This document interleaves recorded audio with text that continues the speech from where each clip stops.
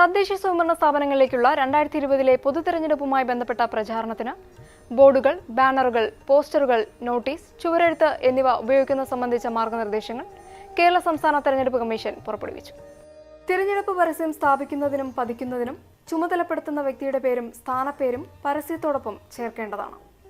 മറ്റ് രാഷ്ട്രീയ കക്ഷിയോ സ്ഥാനാർത്ഥിയോ നിയമാനുസൃതം സ്ഥാപിച്ചിട്ടുള്ള പരസ്യം വികൃതമാക്കുകയോ മറയ്ക്കുകയോ ചെയ്യാൻ പാടില്ല. വ്യക്തികളെ അപകീർത്തിപ്പെടുത്തുന്നതും പ്രകോപനപരമായതും മതവികാരം വ്രണപ്പെടുത്തുന്നതും കൊലപാതക ദൃശ്യങ്ങൾ ഉൾപ്പെടെയുള്ള ബീഭത്സമായ ചിത്രങ്ങൾ പ്രദർശിപ്പിക്കുന്നതുമായ തിരഞ്ഞെടുപ്പ് പരസ്യം ഉപയോഗിക്കരുത്. പൊതുജനങ്ങൾക്ക് മാർഗതടസ്സം ഉണ്ടാകുന്ന രീതിയിൽ തിരഞ്ഞെടുപ്പ് പരസ്യം സ്ഥാപിക്കുവാൻ പാടില്ല.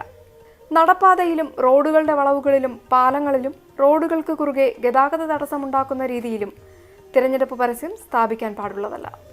അതുപോലെ വാഹനമോടിക്കുന്നവരുടെ ശ്രദ്ധ തിരിക്കുന്ന തരത്തിലുള്ള പരസ്യങ്ങളോ ഹോർഡിങ്ങുകളോ സ്ഥാപിക്കരുത്. പൊതുജനങ്ങൾക്കോ വാഹനങ്ങളുടെയോ സുരക്ഷയ്ക്ക് ഭീഷണി ഉണ്ടാകുന്ന വിധത്തിൽ തിരഞ്ഞെടുപ്പ് പരസ്യം വാഹനങ്ങളിൽ സ്ഥാപിക്കുകയോ പ്രദർശിപ്പിക്കുകയോ ചെയ്യരുത്.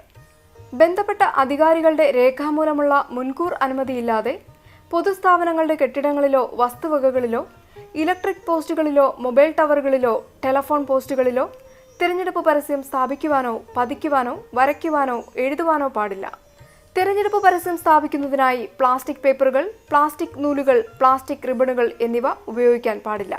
തിരഞ്ഞെടുപ്പ് നടത്തിപ്പുമായി ബന്ധപ്പെട്ട എല്ലാ ഔദ്യോഗിക ആവശ്യങ്ങൾക്കും കോട്ടൺ തുണി, പേപ്പർ, പോളി എത്തിലീൻ തുടങ്ങിയ പരിസ്ഥിതി സൗഹൃദ വസ്തുക്കളും പുനർചംക്രമണം ചെയ്യുവാൻ കഴിയുന്ന മറ്റ് വസ്തുക്കളും ഉപയോഗിക്കേണ്ടതാണ്. വോട്ടെടുപ്പിന് ശേഷം പോളിംഗ് സ്റ്റേഷനുകളിൽ അവശേഷിക്കുന്ന പേപ്പറുകളും മറ്റ് വസ്തുക്കളും നീക്കം ചെയ്യുന്നതിനുള്ള നടപടി അതാത് തദ്ദേശ സ്വയംഭരണ സ്ഥാപന സെക്രട്ടറിമാർ സ്വീകരിക്കേണ്ടതാണ്.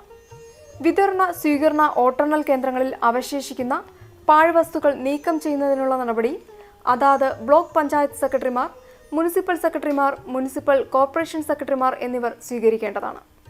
പോളിംഗ് സ്റ്റേഷനുകളിലും വോട്ടെണ്ണൽ കേന്ദ്രങ്ങളിലും വോട്ടെടുപ്പ് വോട്ടെണ്ണൽ ദിവസങ്ങളിലും ജൈവ അജൈവ വസ്തുക്കൾ നിക്ഷേപിക്കുന്നതിന് പ്രത്യേകം ക്യാരി ബാഗുകൾ മേൽപ്പറഞ്ഞ സെക്രട്ടറിമാർ ലഭ്യമാക്കേണ്ടതാണ്.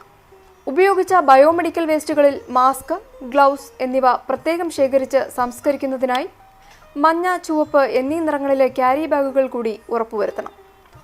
വോട്ടെടുപ്പ് അവസാനിച്ചാൽ ഉടൻ തന്നെ അതാത് സ്ഥാനാർത്ഥികളും രാഷ്ട്രീയ കക്ഷികളും തിരഞ്ഞെടുപ്പ് പരസ്യം നീക്കം ചെയ്ത് നശിപ്പിക്കുകയോ ബന്ധപ്പെട്ട ഏജൻസികൾക്ക് കൈമാറുകയോ ചെയ്യേണ്ടതാണ്.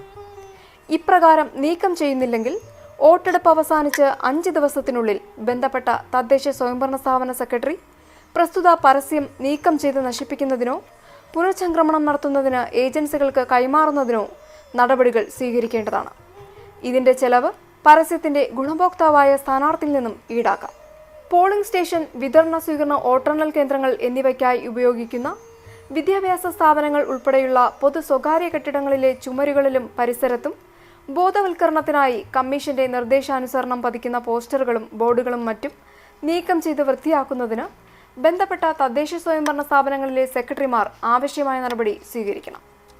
ഈ വിഷയത്തിൽ നിലവിലുള്ളതും ഇനി ഉണ്ടാകുന്നതുമായ നിയമത്തിലെ വ്യവസ്ഥകളും കോടതി ഉത്തരവുകളും സർക്കാരിന്റെയും സംസ്ഥാന തെരഞ്ഞെടുപ്പ് കമ്മീഷന്റെയും മാർഗനിർദ്ദേശങ്ങളും എല്ലാ സ്ഥാനാർത്ഥികളും വ്യക്തികളും രാഷ്ട്രീയ കക്ഷികളും പാലിക്കേണ്ടതാണ്.